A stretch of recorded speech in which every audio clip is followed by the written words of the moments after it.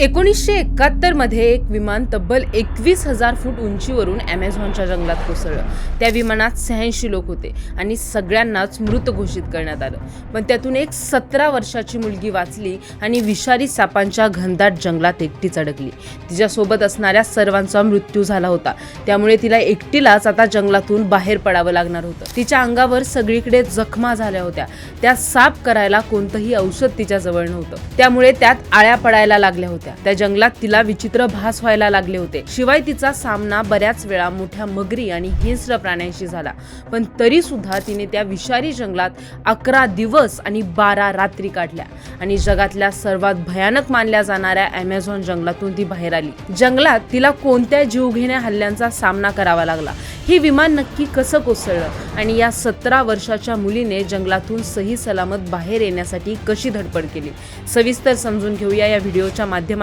त्याआधी चॅनलला सबस्क्राईब करा आणि व्हिडिओ शेवटपर्यंत नक्की बघा. दिवस होता 24 डिसेंबर 1971चा. दक्षिण अमेरिकेतून लान्सा एअरलाईनची फ्लाईट 508 पेरू देशाची राजधानी लिमा येथून उड्डाण घेते.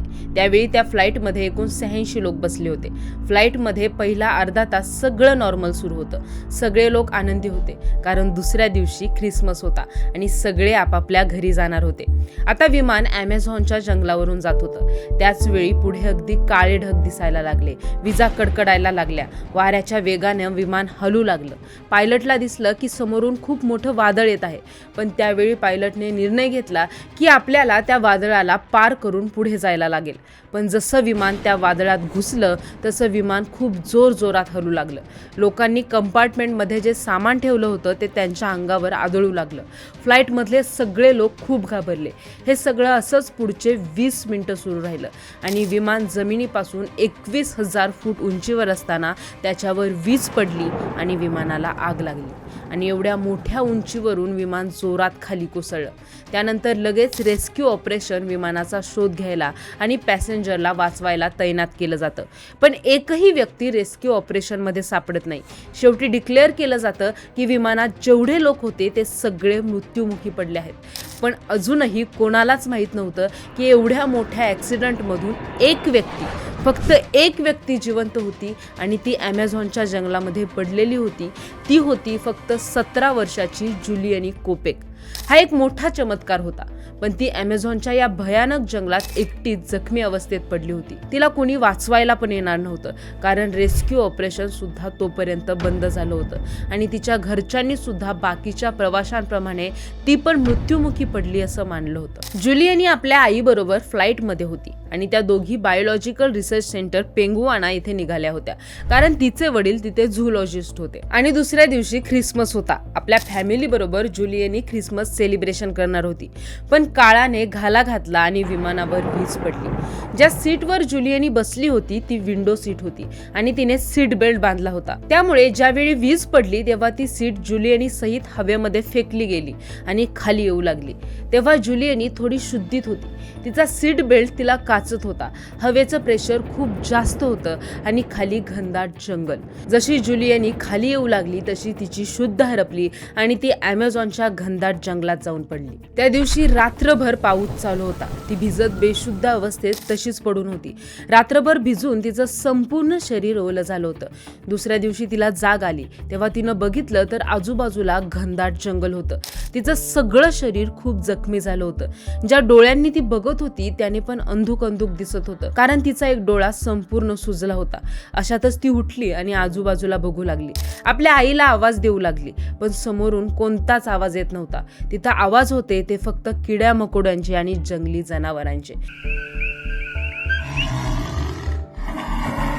पण जुलियनीला हे सगळं नवीन नव्हतं कारण तिचे आई वडील झूलॉजिस्ट असल्यामुळे तिने त्यांच्याबरोबर 3 वर्ष जंगलात काढली होती. त्यामुळे तिला जंगलाबद्दल खूप गोष्टी माहीत होत्या. कोणते प्राणी, कोणत्या वनस्पती विषारी आहेत, कशाला हात लावला पाहिजे, कशाला नाही, या गोष्टी तिला बऱ्यापैकी माहीत होत्या. त्यामुळे एवढ्या बिकट परिस्थितीतही खचून न जाता आपल्याला कसं या जंगलातून बाहेर पडता येईल याचा तिने विचार सुरू केला. सगळ्यात पहिलं तिने आपल्या आईला शोधायला सुरुवात केली. तिने आपल्या आईला खूप आवाज दिला पण आवाजाला उत्तर येत नव्हतं. मध्ये मध्ये तिला वर जंगलातून जाणारी रेस्क्यू हेलिकॉप्टर दिसायची, पण तिचा आवाज त्यांच्यापर्यंत जात नव्हता. तिने खूप ओरडून ओरडून आवाज देण्याचा प्रयत्न केला, पण कुठूनच उत्तर येत नव्हतं. शेवटी तिला कळून चुकलं की एवढ्या घनदाट जंगलामध्ये आपण एकटेच आहोत. आता तिला खूप भूक लागली होती, पण तिच्या जवळ खायला काहीच नव्हतं. म्हणून तिने पानावर जे दवबिंदू बसतात ते पिऊन तिची तात्पुरती तहान भागवली आणि आजूबाजूला काही खायला प्यायला मिळतंय का याचा शोध सुरू केला.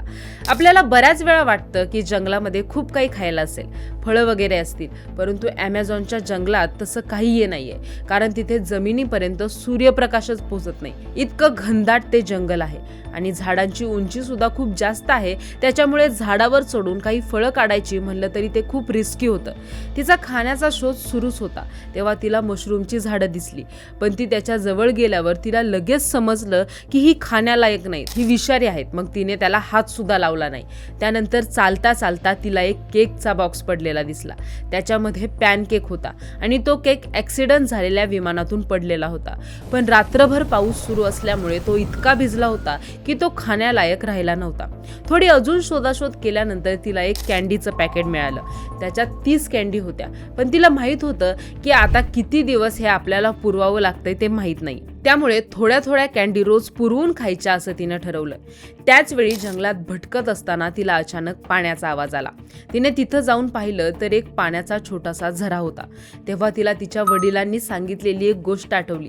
जर आपण जंगलात कुठे फसलो तर पहिल्यांदा पाण्याचा शोध घ्यायचा आणि पाण्याचा पाठलाग करत राहायचा. जर झरा असेल तर तो छोट्या नदीला मिळेल, छोटी नदी मोठ्या नदीला मिळेल आणि असं करत करत त्याच्या आजूबाजूला मानवी वस्ती असेल. आता जुलियनीने पाण्याचा पाठलाग सुरू करण्याचं ठरवलं. ती ॲमेझॉनच्या खतरनाक जंगलात एकटी होती. वय फक्त 17 वर्ष. जिथे खूप मोठे मोठे जंगली जनावरं होते, विषारी साप होते, 8-8 फुटांच्या मगरी होत्या आणि भयानक किडे मकोडे होते. तरीही धीर मनाने तिने चालायला सुरुवात केली. तिला फक्त एवढंच माहित होतं की पाण्याचा पाठलाग करायचा आहे. पण पाण्याचा पाठलाग करणंही सोपं नव्हतं, कारण पाणी सरळ वाहत नाही. पाणी अगदी अडचणीच्या जागेतून तर कधी मोठी मोठी झाडं पाण्याच्या प्रवाहाच्या मध्ये यायची. त्याला पार करून तिला जावं लागायचं. त्यामुळे खूप हळूहळू तिचा प्रवास सुरू होता. त्या दिवशी तिने काही अंतर पार केलं, इतक्यातच अंधार झाला. आता तिच्या पुढे मोठा प्रश्न उभा राहिला की या जंगलात रात्रीचं कसं राहायचं, कारण रात्री जंगली प्राणी अगदी सहजरित्या हल्ला करू शकतात. पण तिला हे माहित होतं की अशा वेळी अशा जागी झोपलं पाहिजे जेणेकरून मागून कोणत्या जंगली जनावराने हल्ला करू नये. ती अशाच ठिकाणी झोपली जी सुरक्षित होती. दमल्यामुळे तिला रात्री झोप सुद्धा लवकर लागली. सकाळी जेव्हा ती उठली तेव्हा तिच्यामध्ये अजिबात त्राण नव्हता, कारण तिच्या शरीरावर खूप जास्त जखमा झाल्या होत्या. परंतु जर जंगलातून बाहेर पडायचं असेल तर चालल्याशिवाय पर्याय नव्हता. म्हणून तिने चालायला सुरुवात केली. तिला चालता चालता जंगलात खूप भयानक जनावरं दिसली, पण तसंच धीर धरून हिम्मत करून ती पुढे चालत राहिली. चालता चालता तिला विमानाचा एक तुकडा खाली पडलेला दिसला आणि त्याच्या थोडं पुढेच विमानाच्या 3 सीट उलट्या जमिनीत घुसलेल्या दिसल्या. त्याच्यामध्ये 3 व्यक्ती अजून सुद्धा सीट बेल्टने बांधलेल्या होत्या आणि या सीट इतक्या जोरात वरून जमिनीत आदळल्या होत्या की त्या 3 जणांचं डोकं जमिनीत खूप खोलवर शिरलं होतं आणि पाय वरच्या दिशेने होते. हे बघून जुलियानी खूप घाबरली. तिला ते बघून चक्कर आल्यासारखं झालं. त्यावेळी तिच्या मनात एकच विचार आला की यामध्ये माझी आई तर नाही ना, कारण त्या 3 माणसांमध्ये एक बाई सुद्धा होती. तिने जवळ जाऊन लाकडाच्या साह्याने त्या व्यक्ती कोण आहेत हे बघण्याचा प्रयत्न केला, पण त्या बाईच्या पायाला नेल पॉलिश होती आणि तिची आई नेल पॉलिश लावत नव्हती. हे बघून तिच्या जीवात जीव आला. तिने तसंच पुढे चालायला सुरुवात केली. आता हा पण दिवस संपला होता, तरी तिच्याकडे खायला काहीही नव्हतं. उरलेल्या कॅन्डी होत्या, त्यातल्या काही तिने खाल्ल्या आणि भरपूर पाणी पिलं. आता त्या कॅन्डीज पण संपत आल्या होत्या, त्यामुळे नदीचं खूप पाणी पिऊन तिनं पोट भरलं. पण त्या पाण्याने भूक भागायची नाही, लगेच थोड्या वेळाने भूक लागायची. त्यामुळे ती दिवसेंदिवस खूप कमजोर होत चालली होती. तरीही ती चालत राहिली. तिला समजत नव्हतं की कुठला दिवस चाललाय, कोणती वेळ आहे. ती फक्त पाण्याच्या दिशेने चालत होती. ती मानसिक दृष्ट्या खूप खचत चालली होती. तिच्या मनात फक्त एकच गोष्ट होती की पाण्याचा पाठलाग करायचा. चालता चालता आता तो जो छोटा झरा होता तो एका नदीमध्ये बदलला. जुलियानीला जरा बरं वाटलं, पण त्या नदीजवळ पोहोचणं खूप कठीण होतं, कारण मध्ये मध्ये खूप मोठी झाडं होती. त्यामुळे ती परत मागे फिरली आणि दुसऱ्या रस्त्याने जाऊन नदीजवळ पोहोचली. इतक्या दिवस जंगलात राहिल्यानंतर जुलियानाला पहिल्यांदा एक निरभ्र आकाश बघायला मिळालं, पण दूर दूरपर्यंत तिथं कुणीच नव्हतं. तेवढ्यात तिला एक विमान वरून जाताना दिसलं. ती जोराजोरात ओरडते, पण तिची हाक तिथपर्यंत पोहोचतच नाही आणि ते विमान तसंच पुढे निघून जातं. आता ती तिथेच वाट बघत बसते की दुसरं कुठलं विमान येईल आणि मी त्याला खालून हाक मारेन. परंतु ती बराच वेळ बसल्यानंतरही कुठलंच विमान येत नाही. पुन्हा तिची हिंमत तुटते. तिचं आतापर्यंतचं टार्गेट होतं की एका मोठ्या नदीपर्यंत पोहोचायचं, पण तिथं आल्यानंतर तिला कळलं की हे जंगल दूरपर्यंत कोणत्याही मानवी वस्तीशिवाय आहे. ती खूप खचत चालली होती, पण तिला तिच्या वडिलांनी सांगितलेलं एक वाक्य आठवलं की जिथे नदी आहे तिथे लोक पण असणारच. मग ती स्वतःला मोटिवेट करून नदीच्या कडेने चालायला लागली. चालत चालत दिवस जात होते आणि जे तिला हातावर घाव झाले होते ते अजूनच चिघळत चालले होते. अक्षरशः तिच्या हातावर माशांनी अंडे दिले होते. इतक्या खोल जखमा तिला झाल्या होत्या आणि त्या अंड्यातून आता किडे निघायला सुरुवात झाली होती आणि ते किडे फक्त रॉकेल किंवा पेट्रोल टाकल्यावरच जातात, पण त्या जंगलात कुठेही रॉकेल वगैरे काहीही नव्हतं. ते घाव तसेच घेऊन ती चालत होती या आशेने की कुठेतरी मानवी वस्ती दिसेल. ती इतकं चालून चालून खूप थकत चालली होती. मग तिला वाटलं की चालण्यापेक्षा आपण पाण्यामध्ये पोहत जाऊया आणि तिने पाण्यात पोहायला सुरुवात केली. काही तास पोहून झाल्यानंतर तिला एक झोपडीचं छत दिसलं आणि एक कोंबडी ओरडण्याचा आवाज आला, पण या दोन्ही गोष्टी खऱ्या नव्हत्या. तिला भास होत होता. आता रात्र व्हायला लागली होती, त्यामुळे ती नदीच्या बाहेर पडली आणि निवारा शोधून तिने रात्र काढली. नंतर पुढच्या दिवशी परत तिने नदीमध्ये उडी टाकली आणि पोहत राहिली. असे पुढचे काही दिवस ती असंच करत होती, पण हे पोहत राहणं तिच्यासाठी खूप धोक्याचं होतं. एक दिवस एक मोठी मगर ती नदीच्या कडेला विश्रांती घेत असताना झडप घालत होती. तेव्हा परत जुलियानाचं नॉलेज तिला कामी आलं. तिला माहित होतं की अशा प्रकारच्या मोठ्या मगरी पाण्यात अटॅक करत नाहीत. त्यामुळे तिने पटकन पाण्यात उडी मारली आणि प्रवाहाबरोबर पुन्हा पोहायला लागली. थंड पाण्यात पोहून पोहून तिचं शरीर खूप अशक्त झालं होतं. तिला पोहता पोहता कधी कधी नदीच्या किनारी हरिणासारखे प्राणी दिसायचे. हे अजिबात चांगलं नव्हतं, कारण असे प्राणी फक्त जंगलात सापडतात, मानवी वस्तीत नाही. आतापर्यंत 10 दिवस झाले होते, तरीही जुलियानाला मानवी वस्तीचा तपास लागला नव्हता. तिला आता वाटत होतं की आपण जास्त दिवस जगणार नाही, पण तरीही एका दिवशी ती पाण्यात पोहत पुढे जात राहिली आणि विश्रांतीसाठी रात्री एका नदी किनारी थांबली. तिथे आराम करत असताना तिला तिथे एक बोट दिसली, पण तिला वाटलं की पुन्हा मला भास होत असेल. मग तिने डोळे चोळून 2दा-3दा बघितलं, पण बोट तिथंच दिसत होती. शेवटी ती त्या बोटीजवळ गेली आणि तिला हात लावला. तेव्हा तिला विश्वास बसला की खरंच ही बोट आहे. बोटीजवळून एक रस्ता वरच्या दिशेने जात होता. रस्त्यावरून ती वरती जाते तर तिथे एक झोपडी तिला दिसते, पण त्या झोपडीत कोणीही नसतं. पण ती ठरवते की आता इथेच बसायचं आणि कोण येतंय का याची वाट बघायची. पण रात्र जाते, संपूर्ण दिवस जातो, तरी तिथं कुणीही येत नाही. तिला वाटलं की परत पाण्यामध्ये जाऊन पुढचा प्रवास करावा का, पण तिच्यात तेवढी ताकद सुद्धा नव्हती. मग ती तिथेच निराश होऊन पडून राहते. दुसरा पूर्ण दिवस जातो आणि संध्याकाळी तिला काही आवाज ऐकू येतात आणि तिथून 3 माणसे येताना तिला दिसतात. जसं ती 3 माणसं जुलियानाकडे बघतात तेव्हा ती खूप घाबरतात, कारण जुलियानाची अवस्था खूप बिकट झाली होती. तिचे डोळे सुजले होते, शरीरावर खूप सारे घाव, जखमा झाल्या होत्या, कपडे फाटले होते. जुलियानाने त्यांना सगळी एनर्जी एकत्र करून सांगायचा प्रयत्न केला की मी त्या ॲक्सिडेंटमध्ये झालेल्या विमानातून वाचलेली एकमेव मुलगी आहे. पण त्या लोकांना तिच्यावर विश्वास बसत नव्हता, कारण त्यांनी न्यूजमध्ये बघितलं होतं की त्या विमानातली सगळी माणसं मृत्युमुखी पडली आहेत. ते असं म्हटल्यावर जुलियानीला कळालं की तिची आई सुद्धा त्याच्यामध्ये मृत्युमुखी पडली आणि ज्या आशेने ती आई वडिलांना भेटण्यासाठी इतकं पार करून आली होती ती आशा संपली होती. तिची आईच राहिली नव्हती.